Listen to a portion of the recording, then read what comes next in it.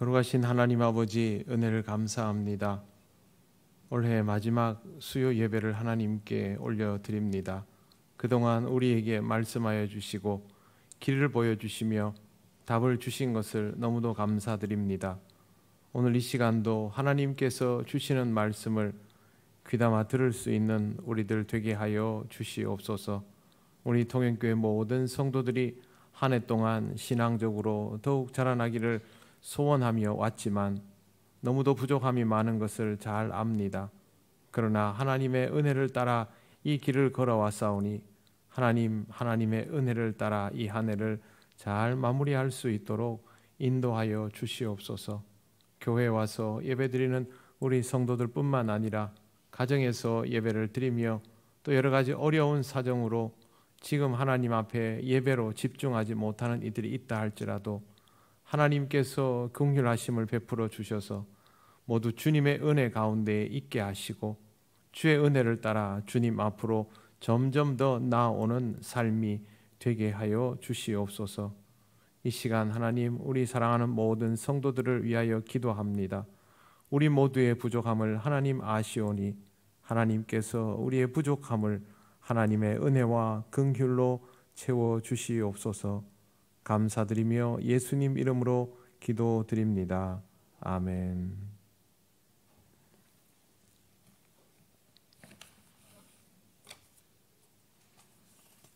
오늘 하나님 말씀 민수기 5장 5절에서 오늘은 10절까지 보겠습니다. 민수기 5장 5절에서 10절까지 말씀, 구약성경 201쪽입니다.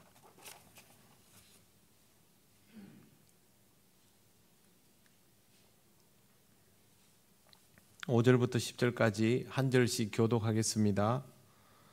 여호와께서 모세에게 말씀하여 이르시되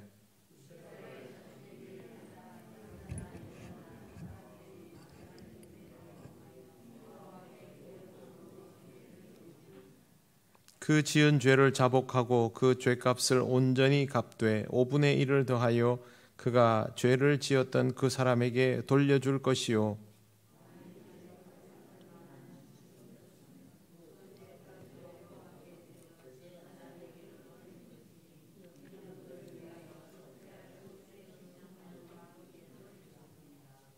이스라엘 자손이 거제로 제사장에게 가져오는 모든 성물은 그의 것이 될 것이라.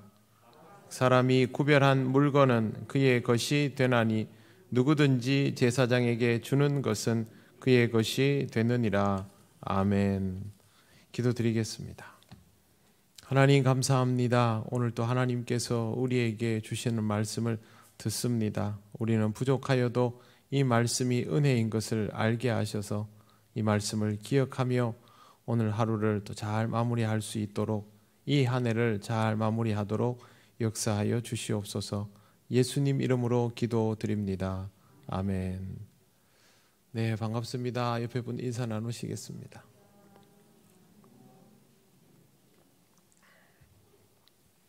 네, 제가 오늘 31절까지 하려고 했는데 이 말씀을 읽어보니까 이 부분만 따로 함께 나누어야 하겠다라는 생각이 들어서 이 말씀을 따로 준비를 했습니다. 오늘 말씀의 제목은 속죄의 과정입니다. 네, 간통은 다음 시간에 할 것이고요. 오늘 말씀의 제목은 속죄의 과정입니다. 죄를 지으면 어떻게 해야 하는가? 이스라엘에서 하나님의 말씀에 의하여 세워진 법과 처리되는 과정을 이 성경 구절에서 읽을 수 있습니다. 제일 먼저 6절에 보시면 하나님께서 주시는 말씀입니다. 이스라엘 자손이 이르라, 남자나 여자나 사람들이 범하는 죄를 범하여 여호와께 거역함으로 죄를 지으면, 이렇게 되어 있습니다. 여기에서 죄라는 단어는 히브리어로 하타입니다. 그런데 죄라는 단어가 두 가지가 더 있습니다. 하나는 아샴, 또 하나는 페샤. 발음이 좀 어렵습니다. 아샴이라는 말도 어렵고 페샤라는 말도 어렵습니다. 아샴이라는 말은 윤리적인 죄를 말합니다. 그리고 이스라엘 사람들이 항상 그 제사를 지내지 않습니까? 하나님께. 그러면 이 제사의 절차와 예법이 중요하죠. 과정을 지켜야 되지. 뭐 제물을 잡을 때는 어떻게 잡고 이런 법들이 있지 않습니까? 이런 것들을 어기는 것, 그리고 사람들 사이에서 지은 죄들, 이게 바로 아수암입니다. 그 다음에 페수아는 하나님의 권위와 언약에 대하여 배반하는 것을 말합니다. 그러니까 앞에 거 아수암은 사람들에 대하여 짓는 죄, 또 지금 만들어 놓은 규범들을 어기는 죄이고, 페수아는 하나님의 권위와 언약에 대하여 배반하는 것을 말합니다. 그러면 오늘 본문에 나오는 하타는 무엇이냐? 이 둘을 다 합쳐서입니다. 결국 하타는 우리가 생각할 수 있는 모든 죄, 하나님에게도 죄를, 사람에게도 죄를 짓고 하나님께서 주시는 법도 어기는 것을 다 의미합니다.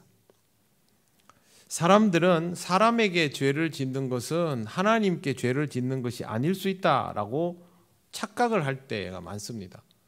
내가 저 사람한테 좀 잘못한 게 뭐 하나님에게 큰 문제가 되나? 조금만 생각해 보면 굉장히 잘못된 생각인데도 불구하고 실제로 살아가는 순간에는 그런 의식을 잘 못합니다. 그러니까 다른 사람에게 나쁜 말도 하고 또 좋지 못한 행동도 하고 더 나아가서 범죄도 저지르고 하게 되는 것이죠. 하지만 그렇지 않습니다. 사람에게 죄를 짓는 것은 결국 하나님께 죄를 짓는 것입니다. 아주 간단하게 남의 집 자식을 상하게 하면 그 사람 부모의 마음을 상하게 하고 상처를 주고 해를 입히는 거 아닙니까? 우리가 다 하나님의 자녀이기 때문에 우리가 상하게 되고 해를 입는 모든 것들은 사실은 우리를 만드신 하나님에게 정면 도전하는 것이 됩니다. 그렇기 때문에 당연히 하나님을 거역하는 것이고, 창조주 하나님의 질서를 파괴하는 모든 것들이 하나님을 거역하는 것입니다. 환경을 파괴하는 일들 있지 않습니까? 뭐 오염된 것들을 방류한다거나 하는, 공기를 더 나쁘게 만든다거나 이런 것들도 전부 여기에 해당이 됩니다. 그러니 우리는 어떤 식으로든 죄를 지었다 하면 하나님을 거역하는 것이 된다라는 것을 알아야 합니다. 이걸 모르면 여기에 대해서 가볍게 생각할 수 있는데 절대 가볍게 생각해서는 안 될 문제입니다. 죄를 지으면 제일 먼저 해야 할 일이 무엇일까요? 죄인 줄 알아야 됩니다. 죄를 지었는데 죄인 것을 모르게 되면 개선의 여지가 없게 되기 때문에 죄를 지었으면 죄인 것을 아는 것이 꼭 필요합니다. 신앙생활에서 회개가 정말 중요하지만 회개가 잘 안 되는 진짜 이유는 죄인 것을 잘 몰라서 그렇습니다. 정말 잘못됐다고 생각하면 어떻게든 고칩니다. 그런데 고치지 않는 사람은 잘못됐다는 생각을 조금은 가지고 있지만 그렇게 심각하다는 생각을 못합니다. 그러면 고치지 않지요. 폐암 환자가 담배를 피우면 되겠습니까? 안 되겠습니까? 안 되지 않습니까? 내가 이것 때문에 죽는다라는 말을 들었으면 그 말을 믿어야죠. 그런데 그렇게 생각하지 않습니다. 왜? 나는 아직 괜찮은데. 그렇게 하다 보면 정말 금방 심각해지는 것이죠. 죄라는 것도 마찬가지입니다. 반드시 하나님 앞에서 청산되어야 할 부분이기 때문에 이 부분에 대한 해결을 위해서는 제일 먼저 죄라는 것을 알아야 합니다. 내가 무엇을 잘못했다라는 것을 아는 것이 최고 우선입니다. 우리 그리스도인들은 항상 자신의 삶을 보면서 내 삶에서 다른 거 안 보셔도 됩니다. 하나님 보시기에 무엇이 잘못되었는가? 이걸 봐야 합니다.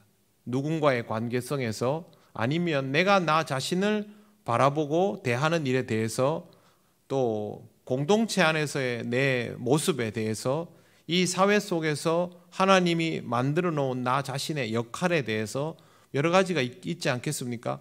그 부분에 대해서 내가 하나님이 보시기에 어떠한가라는 것을 항상 물어야 합니다. 물으면 당연히 괴롭죠. 우리는 죄를 떠올리기 시작하면 진짜 끝도 없이 계속 나올 수 있는 그런 수준의 인간이기 때문에 괴롭습니다. 그럼에도 불구하고 이 작업들이 항상 우리에게 있어야 합니다. 사도 바울이 왜 자기 자신을 계속 죄인이라고 몰아세웠는지를 잘 생각해 보시기를 바랍니다. 바울이 자신을 죄인이라고 스스로 몰아세운다고 해서 그 죄책감에 아무 일도 못하고 주저앉아 있었던 사람은 아니지 않습니까? 그럴수록 더 열심히 살았죠. 바로 그런 모습이 그리스도인의 모습이어야 합니다. 죄를 아는 것이 첫 번째. 그 다음 7절 보십시오. 지은 죄를 자복하고 라는 표현이 나옵니다. 이걸 그대로 번역하면, 직역하면 그들이 행한 그들의 죄를 그들 자신들이 알게 하고가 됩니다. 자복한다라는 말은 이거 공동체 안에서 이렇게 내어놓는 것을 의미한다고 보통 알고 있는데, 그게 아니라 여기에 나와 있는 의미 그대로는요, 공식적으로 알도록 만드는 것을 말합니다. 그러니까 공동체에서 누군가의 죄가 있다라고 해서 불러내면 그 사람에게 너는 이 죄가 있는 사람이다 라고 알려주면 사람이 그것을 받아들이는 상태, 그걸 말합니다. 그게 바로 여기에 나오는 자복하고입니다.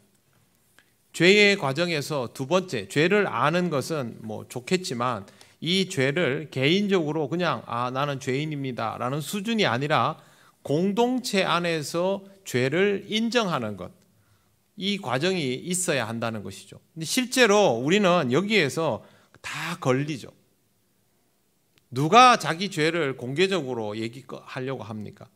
근데 사실은 이 부분 때문에 우리의 신앙생활이 온전하지를 못합니다. 우리나라에서도 있었던 영적 대각성 운동, 또 뭐 미국에서도 있었던 각성 운동, 이런 것들도 공통점이 뭐였냐면요, 자기의 죄를 공개적인 자리에서 토로하는 것이 아주 중요한 요인이었습니다. 사람들이 모여서 내가 무엇을 잘못했다라는 것을 공개적으로 말할 수 있다면 굉장히 신앙적인 상태가 건강하게 유지된다는 뜻입니다. 한국 교회가 세계 제일은 맞지요. 세계에서 가장 열심히 예배드리고 제일 잘 모이고 덩치도 가장 크고 선교 사역도 나라의 크기에 비해서, 성도의 숫자에 비해서 가장 위력적인 것은 맞습니다. 그런데 한국 교회가 회개에 대해서는 어떠합니까? 교회라는 공동체가 이러한 것들이 신앙적으로 자리가 잡혀져 있습니까? 그게 안 되죠. 왜 안 될까요? 우리가 전부 나쁜 사람이라서 그렇지 않습니다. 죄인을 용납할 수 없는 구조가 되어 있기 때문에 그렇습니다. 누군가가 죄를 꺼내놓으면 그 죄를 함께 짊어지고 같이 기도하고 동력해 나갈 생각을 하지 않고 누군가의 죄를 들추어내고 지적질하고 그걸 흠결로 삼고 이러면 내어놓기가 어렵죠. 내가 이 죄를 내어놓으면 사람들이 그것을 함께 마음을 같이 하여서 위에서 기도해주고 하나님 앞에 용서를 구하는 모습이 함께 있고 나도 죄인이다, 이런 분위기가 되면 자연스럽게 사람들이 교회에 와서 자기의 죄를 공개적으로 다 말할 겁니다. 근데 지금의 한국 교회는 그렇지 않죠. 그런 죄를 가지고 교회를 다니나? 이렇게 나올 겁니다. 그래서 우리는 이 부분에 대한 큰 숙제를 안고 있는 상태다라는 것을 먼저 생각을 해야 합니다. 어려운 일이지만 이 과정이 있어야만 비로소 회개를 할 수 있습니다. 여러분, 개인의 신앙생활도 마찬가지입니다. 내가 하나님 앞에 무엇이 잘못되었는지를 알아야 하고 또 그것을 인정을 해야만 하나님 앞에 회개하는 과정이 그 다음에 따라올 수 있습니다. 나는 왜 회개가 안 되나? 인정하지 않기 때문에 그렇습니다. 그래서 안 되면 앞 단계로 넘어가면 됩니다. 그래서 여기에서 회개의 과정이 이어지게 되면 그 다음에 성경 구절에 보시면 그렇게 되어 있습니다. 죄 값을 온전히 갚되, 7절에 보시면 그 지은 죄를 자복하고 그 죄 값을 온전히 갚되 라고 되어 있습니다. 그러면 여기에서 온전히라는 것은 어느 정도인가? 죄를 온전히 갚는다라는 말을 배상이라는 단어와 함께 연결시켜서 이해하시기 바랍니다. 배상. 배상을 얼마만큼 해주어야 하는가? 상대방이 용서할 마음이 생길 정도로입니다. 이스라엘 사회에서의 배상은 상대방이 오케이 할 때까지입니다. 그래서 이 온전히라는 말은 굉장히 무거운 말입니다. 사람을 상하게 했을 때도 마찬가지고 물건을 훔쳤을 때도 마찬가지고요. 온전히라는 말은 상대방이 만족할 때까지. 그러니까 죄를 갚는다라고 할 때, 사과를 할 때 상대방이 받아주지 않는데 나는 사과했으니까 그만이다. 그건 아닌 것이죠. 기본적으로 그 사람의 마음이 풀려야만 내 죄가 갚아지는 형태가 되기 때문에 이것을 꼭 기억하시기를 바랍니다. 구약 시대는 그럴 수 있지만 지금은 다르지 않습니까? 개념은 똑같습니다. 이 개념에서부터 출발했다라는 것도 아울러 기억하시기를 바랍니다. 그 다음에 보시면 이렇게 되어 있습니다. 5분의 1을 더하여 그가 죄를 지었던 그 사람에게 돌려줄 것이요. 5분의 1은 뭘까요? 5분의 1은 보상입니다. 보상. 죄를 갚는다는 것은 배상이고요. 거기에 5분의 1을 더하는 것은 보상입니다. 정신적, 물질적 피해 보상이란 말 들어보셨죠?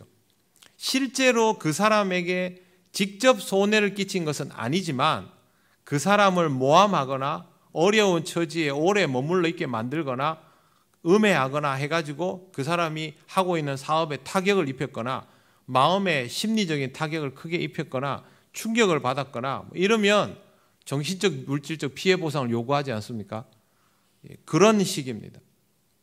즉, 죄를 갚을 때는 내가 가져온 것에 대해서 그대로 돌려주면 된다가 아니라 상대방이 만족할 만큼의 배상을 해야 하고 거기에 나의 미안한 마음과 상대방이 받은 피해를 더해서 보상까지 해야 됩니다. 이게 이스라엘의 법입니다.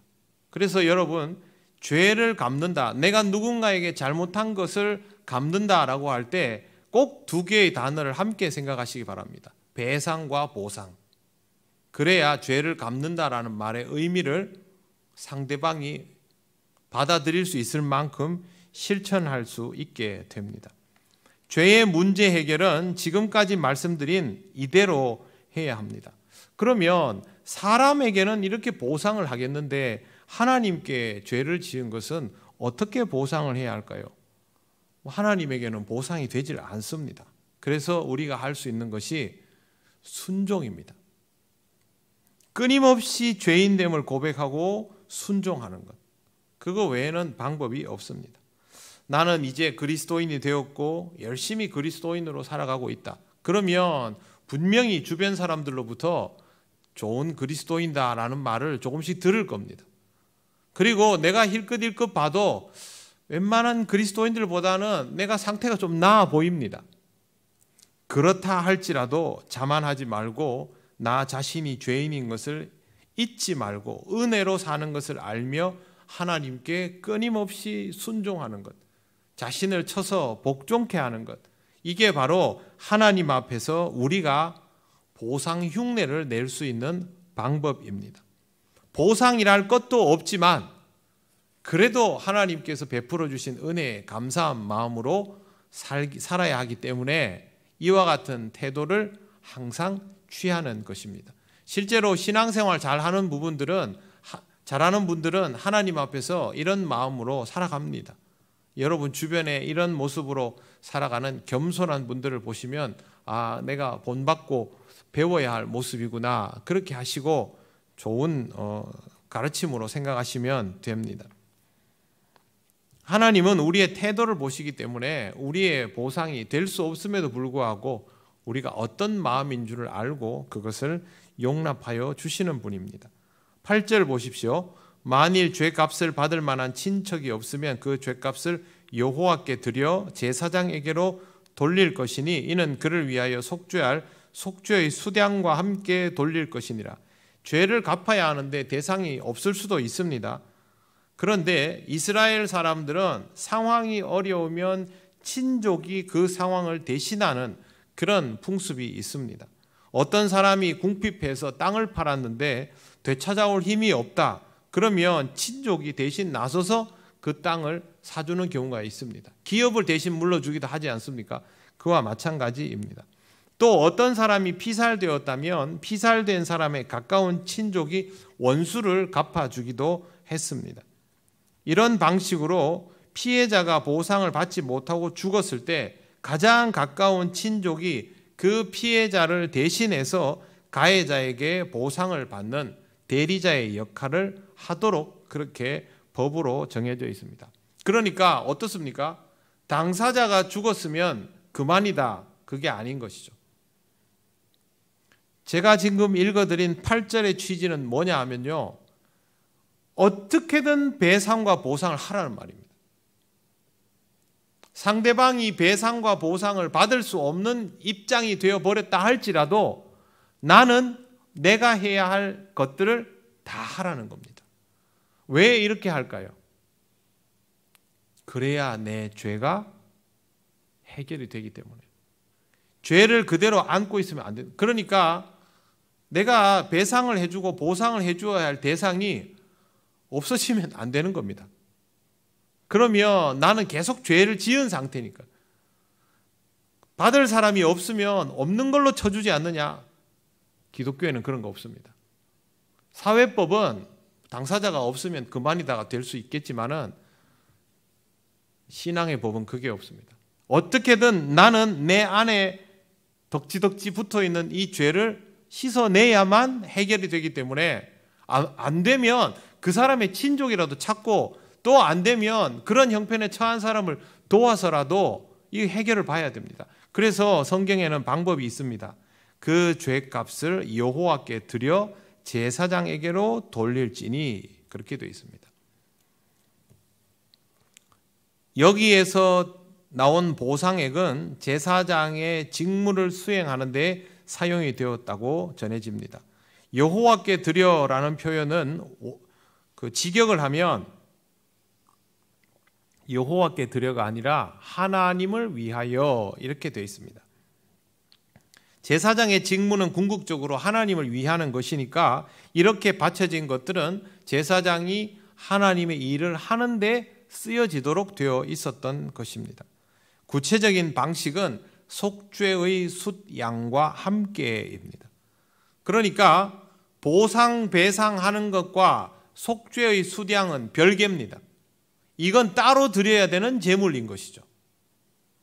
배상과 보상 안에 숫양이 포함되는 게 아니고요, 분리되어 있다는 것을 잘 보시길 바랍니다. 즉 죄에 대한 회개와 보상의 의미로 바쳐지는 숫양입니다. 속건제 제물이죠. 속건제. 이 예물은 하나님 앞에서의 죄 있죠. 사람에게 잘못을 저질렀습니다. 그럼 이거에 대해서 배상 보상을 하지 않습니까? 그러면 상대방이 없는데도 불구하고 친족에게라도 해야 되죠. 친족이 없으면 친족 대신 제사장에게라도 해야 됩니다. 그런데 이거와 별개로 이 죄가 근본적으로 하나님 앞에서 하나님께 지은 죄 아닙니까? 그래서 속건제를 통해서 하나님 앞에 회개를 해야 되는 겁니다. 그래서 이게 구별이 되어 있습니다. 의미를 잘 이해하시기를 바랍니다. 그 다음에 9절 보십시오. 이스라엘 자손이 거제로 제사장에게 가져오는 모든 성물은 그의 것이 될 것이라. 거제라는 말은 일어서서 제물을 높이 들어 올리는 제사를 거제라고 합니다. 하나님께 공손하게 제물을 높이 드는데 그 다음에는 이 제물을 다시 내려놓습니다. 거제는요, 들고 내리고, 그러니까 드리고 돌려받는 형태입니다. 드리고 돌려받는 것은 내게 된다는 말이죠. 그래서 거제는 화목제입니다. 화목제는 하나님께 제사를 드리지만 그걸 가지고 나눌 수 있도록 되어 있는 제사이죠. 그래서 8절의 제사와 9절의 제사는 다른 겁니다. 개념이 아주 중요합니다. 오늘 말씀을 제가 따로 떼서 여러분들에게 전하는 이유가 6-9절 정도밖에 안 되지만 이 개념이 굉장히 의미가 있어서 그렇게 하는 겁니다.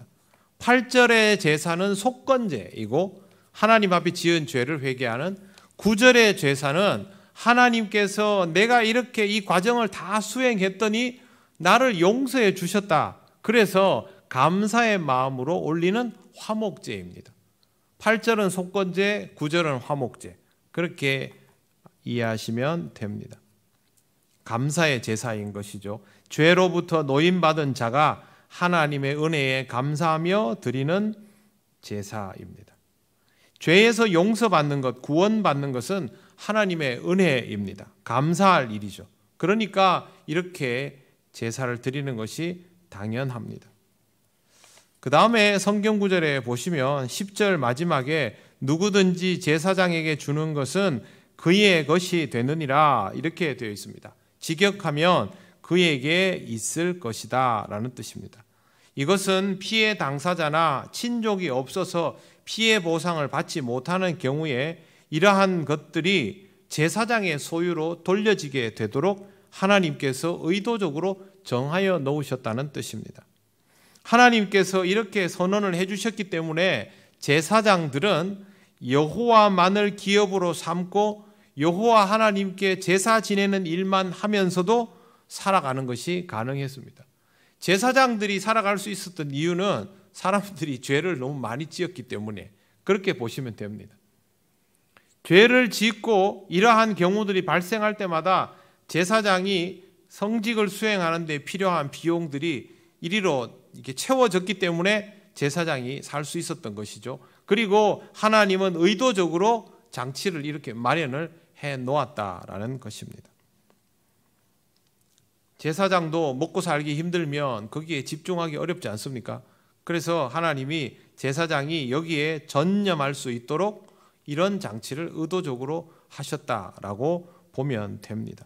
또 하나 하나님이 이렇게 하신 이유는 하나님께 드려진 성물은 다른 용도로 쓰여지지 않고 하나님께서 택하여 놓은 제사장 이외의 외인들이 만지거나 더럽혀지는 일이 없도록 하기 위해서 모든 것을 제사장에게로 몰려가도록 그렇게 의도적으로 해 놓으신 것입니다. 이제 전체 그림을 한번 보겠습니다. 죄를 지은 사람이 제일 먼저 해야 될 것은 자신의 죄를 알아차리는 것입니다. 그 죄를 알아차리게 되었다면 또 그 죄를 알아차릴 수 있도록 공동체 속에서 알아차릴 수 있는 근거로 지적을 당하거나 그렇게 되었다면 하나님 앞에서 백성 앞에서 이 죄를 회개하고 자복하는 과정이 반드시 있어야 합니다. 알아야 하고 회개하고 자복하는 것이 연결이 되는 것이죠. 그 다음에 회개와 자복에서 끝나는 것이 아니라 죄에 대해서는 배상이 반드시 이루어져야 합니다. 하나님 앞에 내가 회개했으니까 된 거 아닙니까? 공동체에서 잘못했다고 했지 않습니까? 그게 아니라 잘못된 것들을 충분히 되돌려 놓고도 남을 만큼의 배상이 있어야 한다는 것. 그 다음에 배상에서 멈추지 않고 5분의 1이라는 추가적인 보상까지도 해야 한다는 것. 얼마만큼 지나치다고 생각될 만큼입니다. 이렇게 해서 배상과 보상을 함으로 외형적인 일 처리는 전부 끝났습니다. 그리고 회개도 했지요. 자복도 했지요. 수습도 했지요. 그러면 무엇이 남았습니까? 아직도 나는 죄인이다. 하나님으로부터 용서받은 것은 아니지 않습니까? 이게 중요합니다. 처리는 다 했는데 아직도 하나님으로부터 용서받은 상태는 아닙니다. 그래서 하나님 앞에 속건제를 드립니다.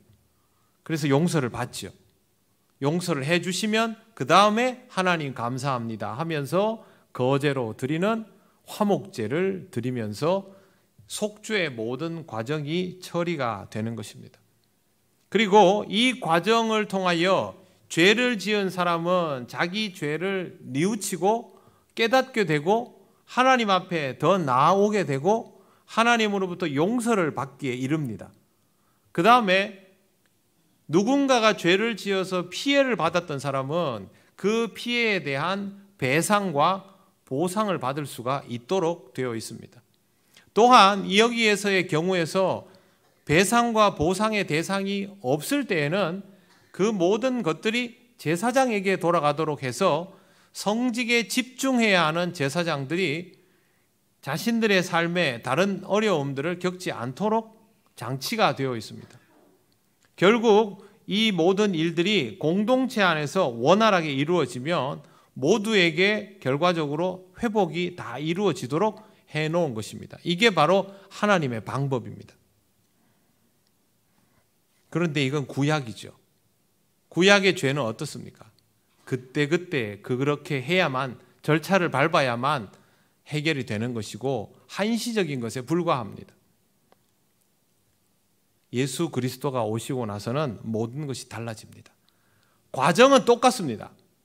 한 사람이 지은 죄를 회개하는 과정은 똑같고 거기에 뭐가 달라지느냐? 예수 그리스도가 중심에 딱 서는 것만 다릅니다.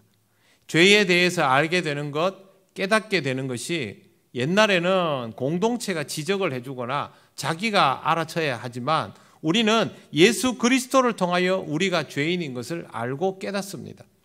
그리고 예수님을 믿고 따르는 자들은 구체적으로 회개와 자복도 주님 앞에, 주님의 몸된 교회 앞에서 할 수 있게 됩니다. 당연히 이렇게 해야만 이 공동체 안에서 내가 주님의 지체로 살아갈 수 있는 것이죠. 무엇보다 큰 차이는 제사가 따로 필요 없다는 것입니다.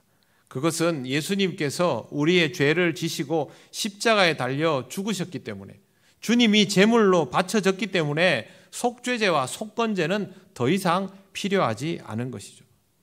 이게 구약의 제사와 예수님을 만난 이후에 우리가 하나님께 드리는 제사의 차이입니다. 우리가 제사를 드리는 것이 아니라 단번에 드려진 그리스도를 통하여 이 문제가 한 방에 해결이 되는 것입니다. 그러면 예수 그리스도를 통하여 우리가 하나님 앞에 나와서 회개하고 자복하고 또 구원받은 자로서 용서받고 그러면 여기까지는 다 됐지요. 속건제의 과정까지 됐지 않습니까? 그 다음 우리에게 무엇이 필요합니까? 그리스도를 통한 화목의 제사, 감사제가 필요한 것이죠.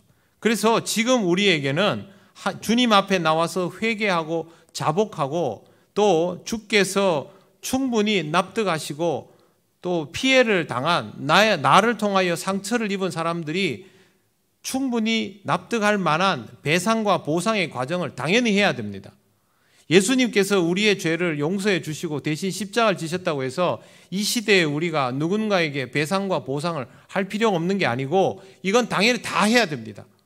다 하고 용서를 받고 구원받은 자의 삶이 허락되면 그때부터 우리는 감사의 예배를 드리는 인생이 되어야 합니다.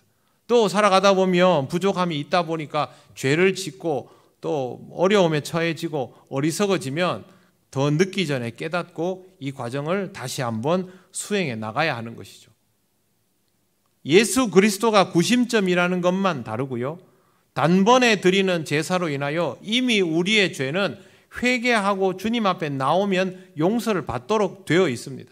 이건 다르지만 그렇다고 해서 우리가 죄를 짓지 않는다는 것, 회개할 필요가 없다는 것, 또 사람들에게 배상할 필요가 없다는 것, 이런 건 아닙니다. 이 과정은 지금도 그대로 다 해야 합니다. 더 잘해야 되죠. 습관적으로 하지 말고 제대로 해야 하죠. 십자가의 지심이 헛되지 않도록 죄에 대하여 알아차리는 것, 주님 앞에 회개하고 자복하는 것, 주님을 철저히 믿고 내 삶을 주님께 맡기고 지은 죄에 대해서 배상하고 보상하는 것 다 해야 됩니다. 그래야만 회개의 과정이 온전히 이루어집니다. 여기에서 중요한 것이 있습니다. 주님께 내 죄를 포함한 모든 내 삶을 의탁하였다면 의탁한 방식의 삶이 구체적으로 경험이 되어야 합니다. 그래야 감사의 예배를 드릴 수 있습니다. 여러분 신앙생활 하면서 감사의 예배를 드리고 감사 헌금을 하고 그런 마음을 가지고 그런 행위를 할 때 있지 않습니까? 언제 이게 가능해집니까? 교회에서 감사의 예물을 드려야 됩니다 라고 할 때 가능해집니까? 아니면 여러분의 삶에 예수 그리스도를 통하여 보상받는 구체적인 경험이 있으면 이게 가능해집니까? 후자지요. 그러니까 우리의 삶에 예수 그리스도의 용서를 통한 새로운 삶의 경험이 구체적으로 있을 때 내가 알아서 거제를 드릴 수 있는 상태가 되는 것입니다. 그러니까 여러분, 하나님 앞에 감사의 삶을 살아가고 감사의 예배를 드리고 감사의 헌물을 바치려면 우리의 죄인됨을 끊임없이 개워내는 과정이 있어야 합니다. 그래야만 이 속죄의 과정을 통하여 나아갈 수 있습니다. 신앙생활은 강제가 없습니다. 강제로 해가지고 되는 것이 아닙니다. 강권하셔도 우리가 직접 그것을 경험하고 감동에 의해서 움직여져야 신앙생활이 됩니다. 신앙생활의 감동은 어떤 강제보다 강하기 때문에 성령의 감동케 하심을 통해서만으로도 충분히 강제하는 어떤 것들을 뛰어넘고도 남습니다. 저와 여러분이 이미 살아오면서 경험한 것들입니다. 사랑하는 성도 여러분, 주님에 대한 충분하고 확실한 경험을 하시기를 바랍니다. 이것은 내 죄를 깨닫는 순간에서부터 회개하고 자복하고 그 죄에 대하여 배상하고 보상하는 모든 과정을 다 포함합니다. 주님 앞에 나와서 속죄의 시간을 가지는 것도 포함하고 주께서 주시는 은혜를 통하여 감사하는 과정까지도 다 포함합니다. 이러한 경험들을 충분히 하게 되었을 때 정녕 하나님께 영광을 돌리는, 하나님을 영화롭게 하는, 또 늘 감사가 넘치는 그런 삶을 살아갈 수 있게 되는 것입니다. 범사에 감사하는 것, 이 과정 없이는 불가능합니다. 죄를 회개하는 거 쉽지 않다는 거 우리 누가 모르겠습니까? 그러나 우리가 다 죄인이기 때문에 나는 어차피 죄를 지을 것이기 때문에 해도 소용없다라는 생각은 하지 마시기를 바랍니다. 내가 잘해도 상대방이 나한테 그렇게 안 해줄 것이기 때문에 나만 바보짓 하는 것이다, 그런 생각도 하지 마시기 바랍니다. 그러면 정말 바보가 됩니다. 그런 것과 상관없이 이 땅에 오셔서 우리를 위하여 죄를 짊어져 주신 주님을 믿고 100번을 실패하더라도 다시 한번 주님 앞에 죄를 내려놓고 회개하고 자복함으로, 배상하고 보상함으로 이 삶의 과정을 바보처럼 밟아 가시기를 바랍니다. 그때마다 우리는 의로움을 입고 더욱 감사할 수 있는 삶으로 나아갈 수 있습니다. 여러분, 이 삶을 함께 살아가는 우리 통영교회가 되면 좋겠습니다. 기도드리겠습니다. 하나님께 이렇게 기도하면 좋겠습니다. 하나님, 우리가 죄인일 수밖에 없음을 압니다. 그러나 이 죄로 인하여 주님께 더욱 가까이 나아갈 수 있기를 원합니다. 속죄의 과정을 온전히 감당할 수 있게 하시고 이를 통하여 주님께 더욱 감사할 수 있는 인생이 되게 하여 주시옵소서. 다 같이 기도드리겠습니다. 아버지 하나님, 은혜를 감사합니다. 부족한 종의 오늘 이 말씀을 전합니다. 우리가 100번을 회개해도 또 죄를 짓는 것 주님 잘 아시는 것, 우리가 그조차도 참 힘겹습니다. 그러나 하나님 아버지, 다시 한번 우리의 삶을 붙들어 주셔서 하나님 부르시는 그 순간까지 하나님 앞에 회개하고 자복하며 배상하고 보상하는 이 과정을 포기하지 않도록 우리를 붙드시고 인도하여 주시옵소서. 우리의 삶이 날마다 주님의 은혜로 새로워지며 주님께 더욱 감사할 수 있는 인생이 되기를 원합니다. 성령님 인도하여 주시옵소서. 하나님 은혜를 감사합니다. 끝도 없이 죄를 짓는 우리를 여전히 붙들어 주시고 하나님의 택한 백성이요 구원받은 자녀임을 날마다 일깨워 주시니 감사합니다. 주님, 우리가 부족하지만 하나님 부르시는 그 순간까지 우리의 모든 잘못들을 끊임없이 내려놓아가는 인생이 되게 하여 주시옵소서. 하나님 앞에 회개하고 자복할 뿐만 아니라 우리의 어리석음으로 인하여 상처받고 피해를 보고 어려워진 모든 이웃들에게도 온전히 돌려놓아 줄 수 있는 그런 인생이 되기를 원합니다. 우리가 더 어리석어지지 않도록 성령님 우리를 깨우시고 인도하여 주시옵소서. 하나님 부르시는 그날까지 최선을 다하여 죄인됨을 벗고 의롭다 칭함을 기뻐할 수 있는 인생이 되기를 원하오며 예수님 이름으로 기도드립니다. 아멘.